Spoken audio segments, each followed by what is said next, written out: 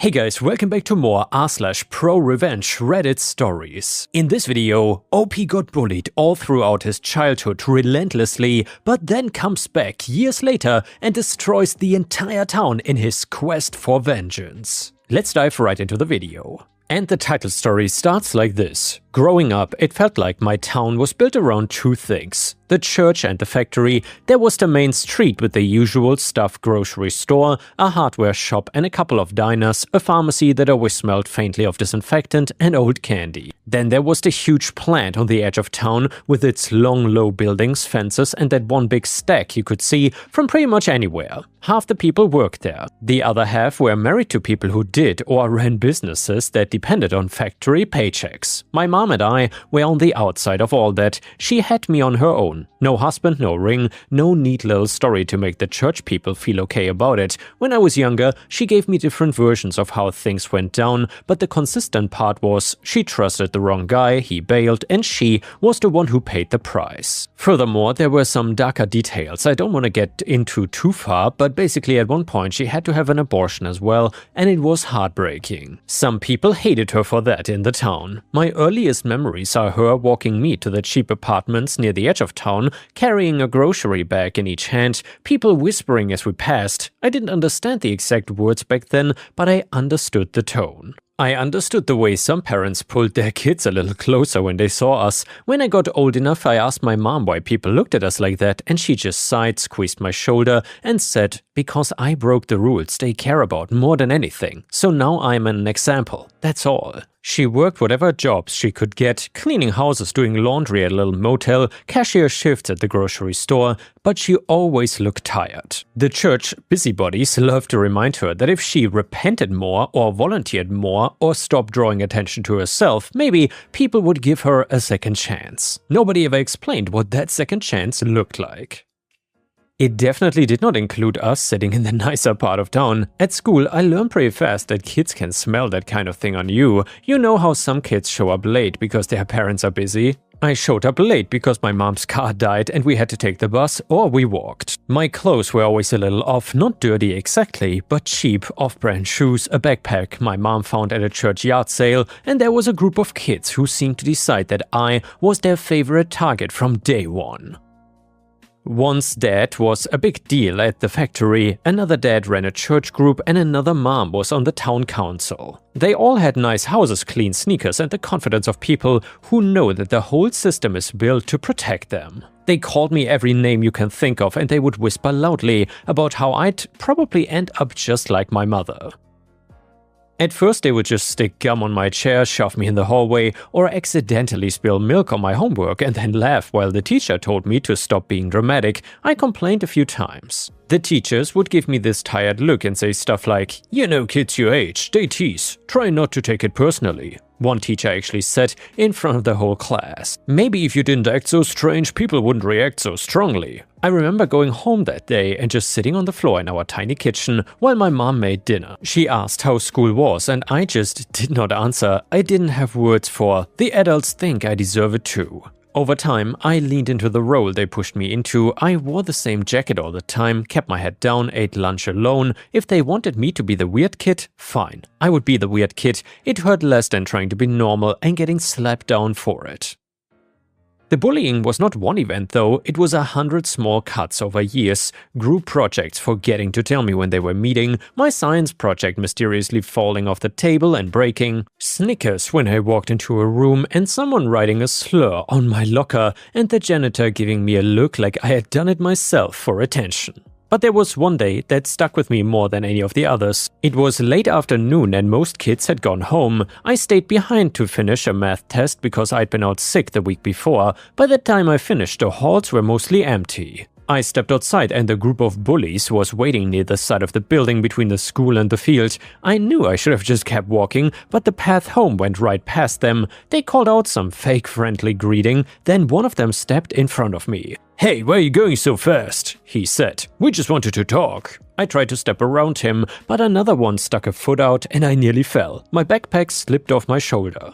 The third one grabbed it and held it up like he was auctioning it off. "Let's see what the future town janitor is studying," he said, unzipping it. They started tossing my books around, laughing. One of them found the cheap little notebook where I'd written some nerdy notes and goals for myself. Stuff like, "Get out of here," and "Scholarship." He read it out loud in this mocking sing-song voice. "I'm going to leave this town and show them all," he read. "You seriously wrote this? Dude, you're not going anywhere. You will be cleaning toilets at the factory, if you're lucky."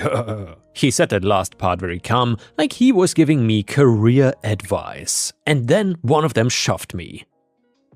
I fell into the muddy patch next to the path. My pants and jackets were soaked. They laughed, stepped over me, and walked away, still talking about me like I was not even there. I went home covered in mud, clutching my ripped notebook. My mom opened the door, saw me, and her face just crumpled. "What happened?" she asked. "Nothing," I said. "Kids being kids." She made this helpless sound. Later that night, after I'd showered and we had eaten in silence, she came into my room and sat on the edge of the bed. She looked older than I'd ever seen her. "I know I've messed up a lot of things," she said, "but I swear to you, this place, it does not define you. Just endure it until you can leave. That's all you have to do. Survive, then get out. Promise me that." And I did promise. But lying there later, staring at the ceiling, I added something in my head. I will leave, and one day, this town will regret every second it spent stepping on us. Fast forward, I focused on school like it was a lifeline.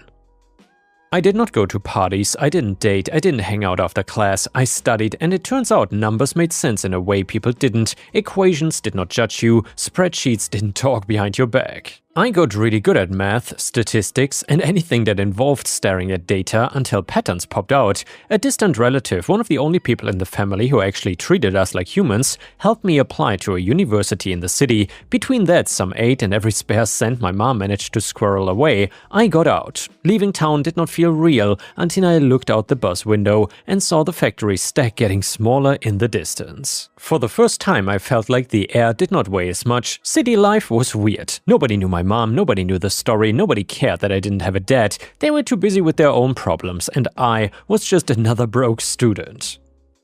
I got a part-time job, lived in a tiny room with peeling paint, and thought it was paradise compared to the apartment back home. I started therapy through the university, mostly because the counselor wouldn't stop handing out flyers in the hallway. Talking about everything that had happened felt like ripping off scabs, but slowly it helped. I studied economics, business data analysis, classes about how companies decide where to build, what to close, and how to optimize underperforming assets. Cold stuff, but it clicked in my head. I wrote papers about how over-reliance on one factory can crush a town when conditions change. My professors liked those papers. The irony was not lost on me. After graduation, I got hired by a consulting firm that specialized in exactly that kind of thing. Operational audits, efficiency reviews, and decisions about which plants to upgrade and which ones to shut down or move overseas. It was not glamorous work, but it was steady and I was good at it. I would go to some random plant, dig into their numbers, walk the floor, talk to managers and workers, and then write a report. Sometimes the news was good. You would get new investment, more jobs. Sometimes it wasn't. I told myself that if I didn't do it, someone else would. At least I tried to be honest and base my recommendations on real data, not just whatever narrative the executives wanted. For a long time, I barely thought about my hometown and I avoided looking it up. Occasionally, I would get a friend's request from an old classmate, shake my head, ignore it, and move on. Then I got the assignment. It started like any other project. I was in the office when my manager dropped an envelope on my desk saying, "Big one, multinational client, they want to consolidate 3 older facilities and move 1 abroad. We're doing the on-site assessment and recommendation. You're the lead analyst." I opened the briefing packet and the first page had the company overview. The second page listed the 3 plants, code numbers, brief descriptions, locations. My eyes landed on the name of my hometown. For a second I thought I was reading it wrong. But then I felt this strange wave go through me, shock, nausea, and then something else under it that I really didn't want to look at yet. I flipped through the packet. There it was, the plant on the edge of town, the main employer, now one of 3 options on the chopping block. The company wanted to shut one down and move production overseas to cut costs, and our job was to tell them which one of the plants would cause the least trouble and save the most money in the long run. My manager must have seen the color drain from my face. "You okay?" he asked. "Yeah," I said automatically. I actually grew up near here." He raised his eyebrows. "Well, that's convenient. You know the region, the culture, all of that. Makes sense for you to lead this one then." I looked at the page again. Years of therapy and distance and building a life somewhere else, and suddenly I could smell the bleach in the old school hallways again. On the outside, I nodded and said, "I will take it. I know the area." On the inside, something cold and quiet settled into place.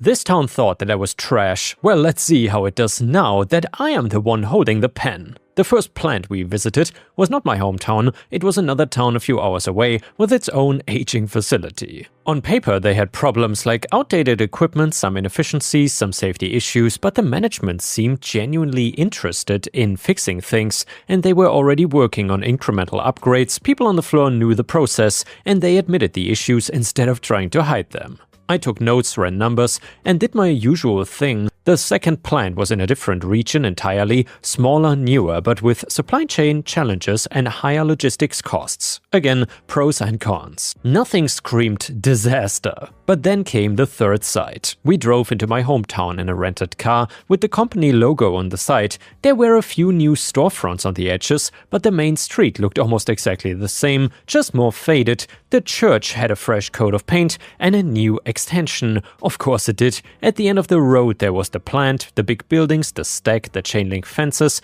I sat in the passenger seat staring out the window. My chest was tight. The younger consultant with me was scrolling through his phone, oblivious. "You've been here before, right?" he said casually. "Yeah," I said, "a long time ago." Inside the plant, the local management had put on their best show. There was a banner with the company logo and some cheesy slogan about working together for the future. They had a conference room set up with pastries, coffee, and a projector. The plant manager shook my hand, smiling a little too wide. "We are really glad that you're here," he said. "We've heard good things about your firm. We are confident we can show you that this plant is the best long-term choice for the company." I recognized his last name. His kid had been in that bully group. A few more handshakes and introductions, and it was like a live-action version of my old nightmares. Some faces I only knew from seeing them across a grocery store aisle back in the day, but some I knew very well. One of the mid-level managers walked in late, saw me, froze for half a second, and then forced a grin. "No way," he said. Wow, you really cleaned up." His hairline was receding, and he had a little gut now. He used to be the one who held my backpack up and dumped my things on the ground. "Good to see you," I said. "Been a while, right?" He laughed and clapped me on the shoulder like we were old buddies. "Look at you, big shot consultant, huh?" he said. "From this dump to the top, huh?" And by the way, guys, if you would be in OP's position and meet your bullies from back then again, how would you treat them? Let me know in the comments, and while you're at it, please don't forget to like the video and post a comment, because that would help me tremendously. Thank you so much for the support, and now let's continue with the story, because it is an absolutely insane revenge that is coming up soon. "Guess we didn't mess you up too bad." The sound grated. We sat through the usual presentations, PowerPoint slides about productivity, local community, our commitment to safety. They showed charts that somehow always turned upwards. They talked about employee loyalty, low turnover, because where else would people go, and how shutting this plant would devastate the community. I took notes, not on the parts they wanted me to though. They had rushed maintenance logs. Some numbers did not match between slides. I made little marks next to everything that smelled off. After the morning dog and pony show, they invited us to a casual buffet lunch in the plant cafeteria. A bunch of local important people joined, a few town council members, someone from the church, and a couple of people who ran local businesses. And, of course, my old classmates. One of them raised a plastic cup of soda towards me. "To the hometown success story," he said. "We always knew that you would go far." I nearly choked on my food. This was the same person who once spit in my face in the school hallway and called me trash. "Yeah?" I said lightly. "That's not how I remember it." He gave me a tight smile. "You know how kids are," he said. "We were all idiots back then." Another one jumped in, eager. "Remember when we used to joke that you would end up sweeping floors at the factory?" he said, and then froze as he realized what he was saying. The table went quiet. His face went red. I tilted my head. "Yeah," I said. "I remember a lot of things." A long beat, and then I laughed like it was a good joke. Wild times, huh? I said. Good thing we all grew up.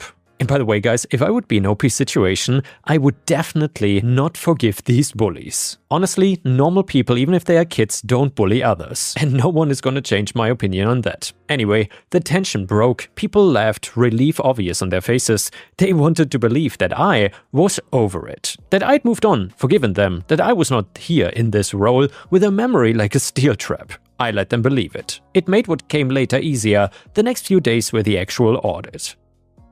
We walked the production lines, I talked to shift supervisors, operators, maintenance staff, and I asked questions about downtime, quality issues, accident reports. Some people answered smoothly, almost too smoothly. Others hesitated, looked around, and then gave vague replies. I asked to see maintenance logs, and they showed them to me in the conference room. Big binders lined up on the table. The dates were neat, the signatures were exact, a little too perfect. Do you also keep digital backups? I asked. The plant engineer nodded. Of course, he said, we can get those for you. When we compared them, there were discrepancies. Some jobs recorded on paper didn't exist in the system. Some dates did not match. It looked like someone had gone back and fixed the paper trail to make things look better. I spent a long time in a little office staring at spreadsheets, my laptop open, the plant's data pulled into models. The numbers told a different story than the slide deck.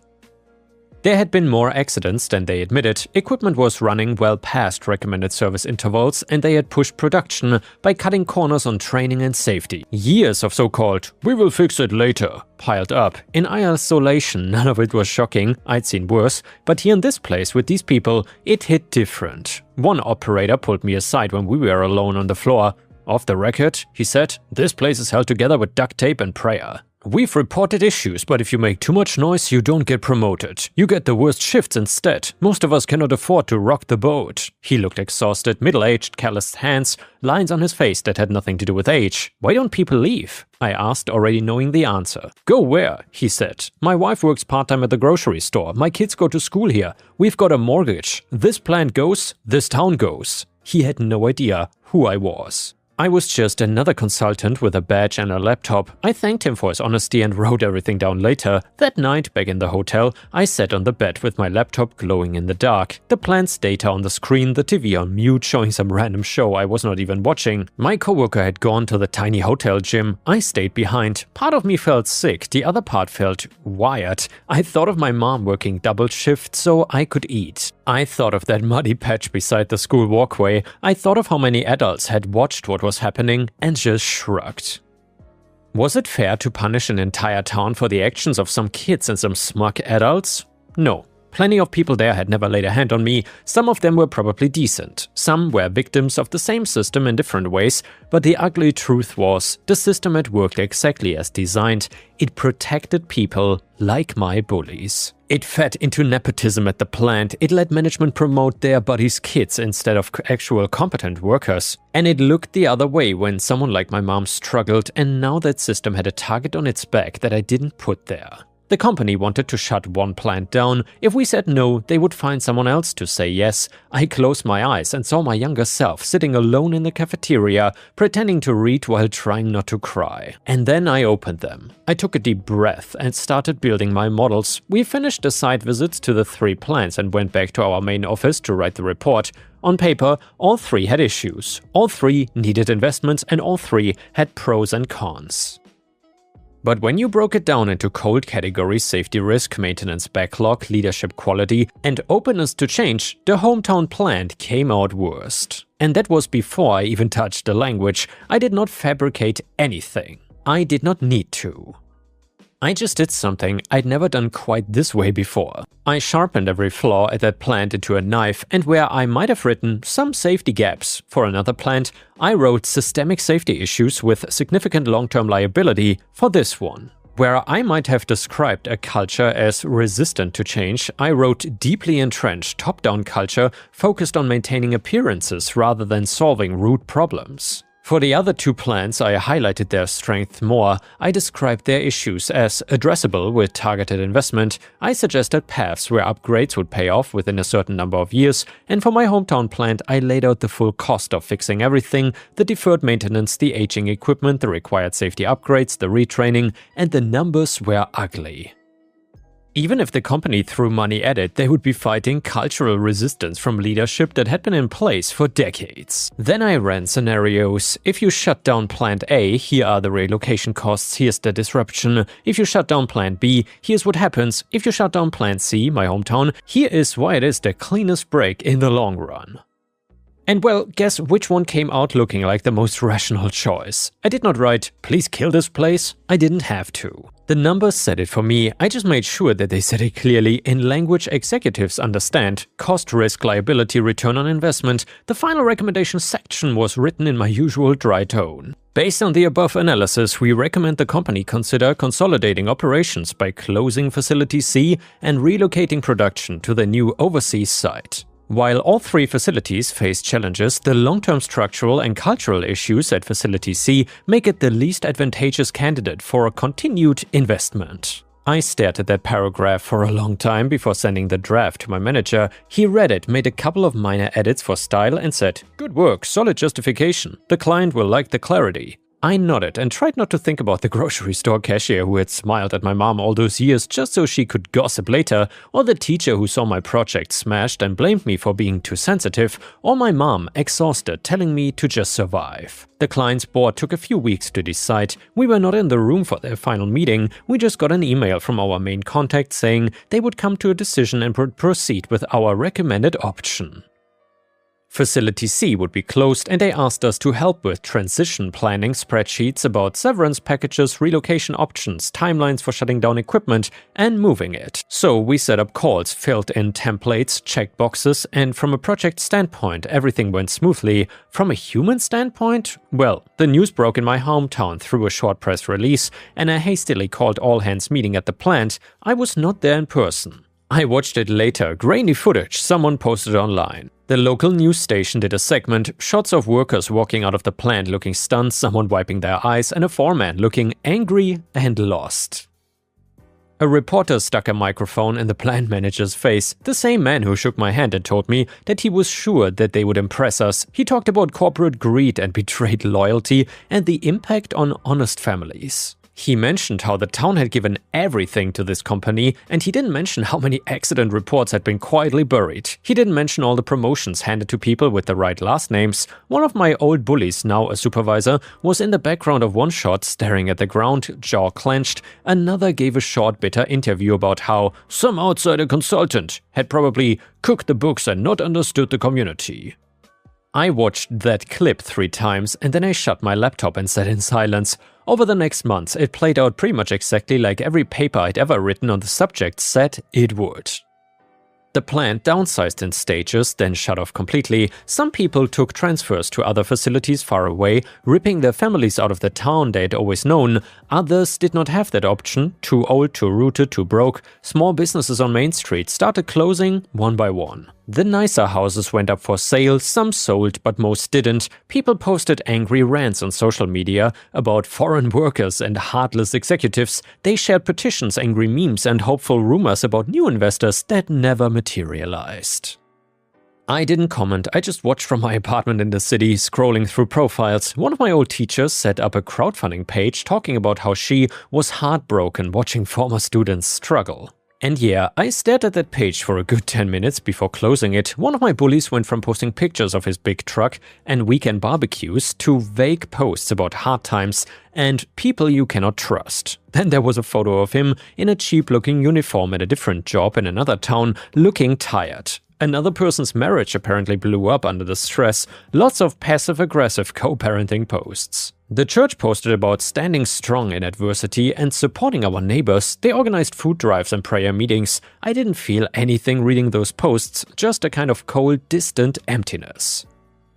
I'd be lying if I said that there wasn't satisfaction mixed in. There was actually a lot of it. All those people who looked down their noses at my mom, now waiting in line at job fairs, filling out forms and scrambling like everyone else. The good families having to deal with the kind of fear and uncertainty that we had lived with forever. Not everyone who lost their job had laughed at me in the hallway. Not every kid who had to move away or watch their parents fall apart had done anything to me. Some were just there. caught in the blast radius. I stayed away physically from the town for a long time, and then on a work trip years later I realized I would be driving within an hour of my hometown. The GPS showed the turnoff road like a scar across the screen. I told myself I would just stop at some random rest area, stretch my legs, keep going, but instead when the exit sign for the town came up, my hands turned the wheel on their own. The closer I got, the more it felt like I was driving into a ghost of my own memories. Except now the ghost and reality were almost the same. The plant gates were locked, chains rusting around them. The big logo had been scraped off the sign at the front, leaving a faded outline. Some windows were boarded up and weeds pushed through cracks in the parking lot.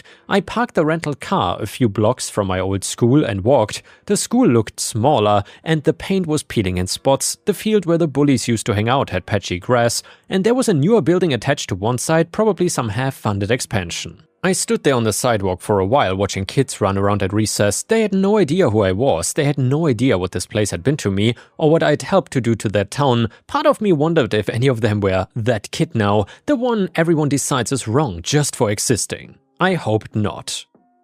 But I was not naive enough to believe the system had magically fixed itself. Lastly, I drove past the street where my old apartment had been. The building was still there, somehow looking both smaller and more run down. Different cars in the lot, different kids' bikes leaned against the railing. I sat in the car and remembered my mom standing at the bottom of those stairs, hand on the railing telling me to survive and get out. She never got to see me in a suit with a company badge. She never saw this part of me, and if I'm honest, I don't think she would have liked it. A former friend of mine who still lived in the town told me that after the plant shut down, the entire city went completely downhill, confirming what I already kind of knew previously. He said many shops went out of business, they were now boarded up, many families moved out because there were no jobs left for people, and he said that the town was essentially hanging on to dear life and that the downfall of the plant destroyed everything. I'm not sure if my mom would have been proud of me or not.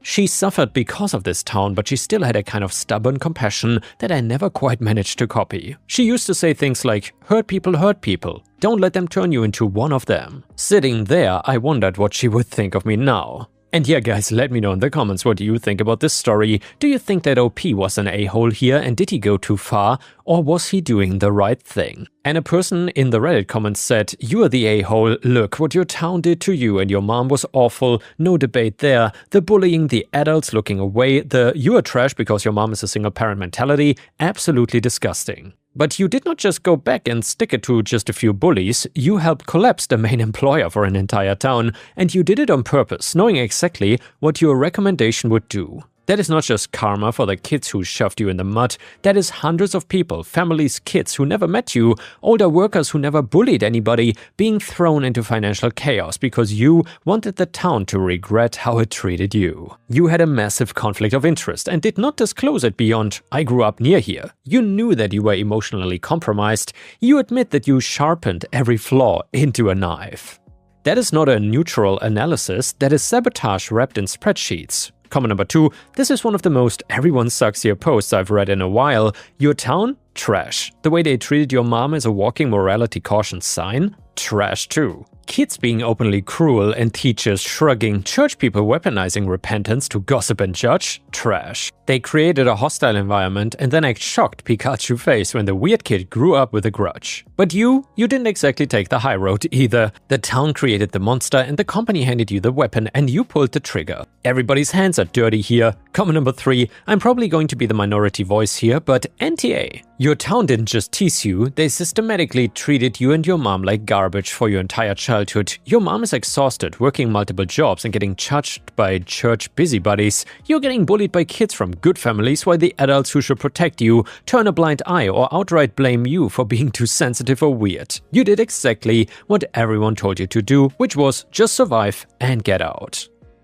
You got good grades, went to university, built a career, and became successful in a field that literally exists to do what your firm did. Evaluate facilities and recommend which ones to keep and which ones to close. The company was always gonna shut something down. That was decided before you even showed up. You didn't convince a stable, thriving company to randomly destroy a town. You were brought in after the decision to consolidate was made already. Your job was to figure out which plant made the least sense to keep, and when you looked at the facts, your hometown's plant actually was was the worst. But honestly, the people in power there had decades to build something resilient, safe and fair. They didn't. They coasted on loyalty and that we're a family until it backfired. You did not create that vulnerability, you exploited an existing one in a system that had no problem exploiting you. I think a lot of people want you to be a saint and rise above it, but you're not a saint. You're a hurt kid who grew up, got power, and finally had leverage over the place that crushed you. And you didn't even do anything illegal, so for AITA purposes, not the a-hole,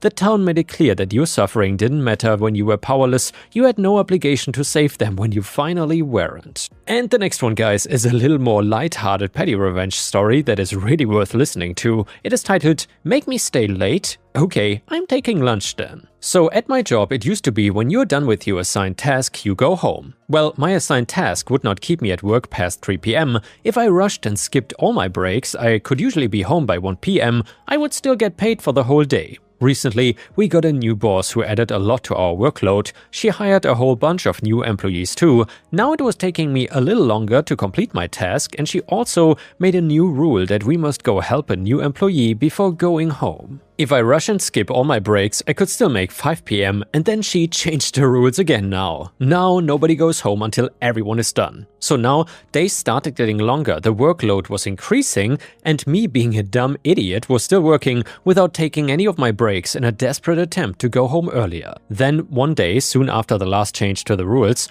I finished my task, helped somebody else, and had 12 hours on the clock. I get back to the office only for the new boss to stop me. She said, "There's still workers out there, so you need to get back out there and help them. Nobody goes home till everyone is done." She then told me to call a new employee who was lagging behind. At this point, I'm pissed. I haven't had my breaks, I'm tired and I want to go home. But then the idea struck me. I called the new guy who needed help. He was a 20-minute drive away and was almost done, about 30 minutes of work left. Perfect. I clocked out for lunch as I left the building. I drove the work truck to Wendy's and had a nice relaxing 30-minute lunch, clocked back in and called the new guy. He was done and on the way back. I drove back to the office and met a rather angry-looking new boss. "You didn't go, help so-and-so." I said, "Nope, I took my required lunch and could have taken my 2 required breaks too." This started a whole thing now. Not only am I going to take my sweet time with my task, when I'm done with my task, I go straight back to the office. If they try to send me back out, I clock out for my lunch and both my breaks right in front of management. If they still need my help when I get back from break, I will go and help. It's starting to catch on with the older workers like me. We are all going slower now and taking our breaks at the worst possible times. Every day is a 12-hour shift, but at least it is an easy 12-hour shift with a little petty revenge. And now let's read another petty revenge story because it was so fun, and it is titled, I purposefully walked into a woman who would not let me off the elevator. So I was staying in a hotel for a week-long work thing. There's this woman who I encountered when attempting to get out of the elevator. She was either with her boyfriend or her husband, not sure, and the elevator doors open and she is right there and she just zooms in. I actually have to jump back to avoid being mowed down by her, and her partner waits for me to exit. Well, skip to the next day, I'm leaving around the same time. The elevator door opens, and there she is again. Without thinking, I'm like, not today! And with the same energy, I power walk out shoulder checking her. I'm shorter than her, so it's more like shoulder chest check, but she stumbles and gives me a dirty look. I just smile and continue on. I saw her actually one more time in the lobby and just smiled at her in the face of her glare. And yeah guys, thank you for watching. Please check out my endless playlist on the left and I will see you again tomorrow.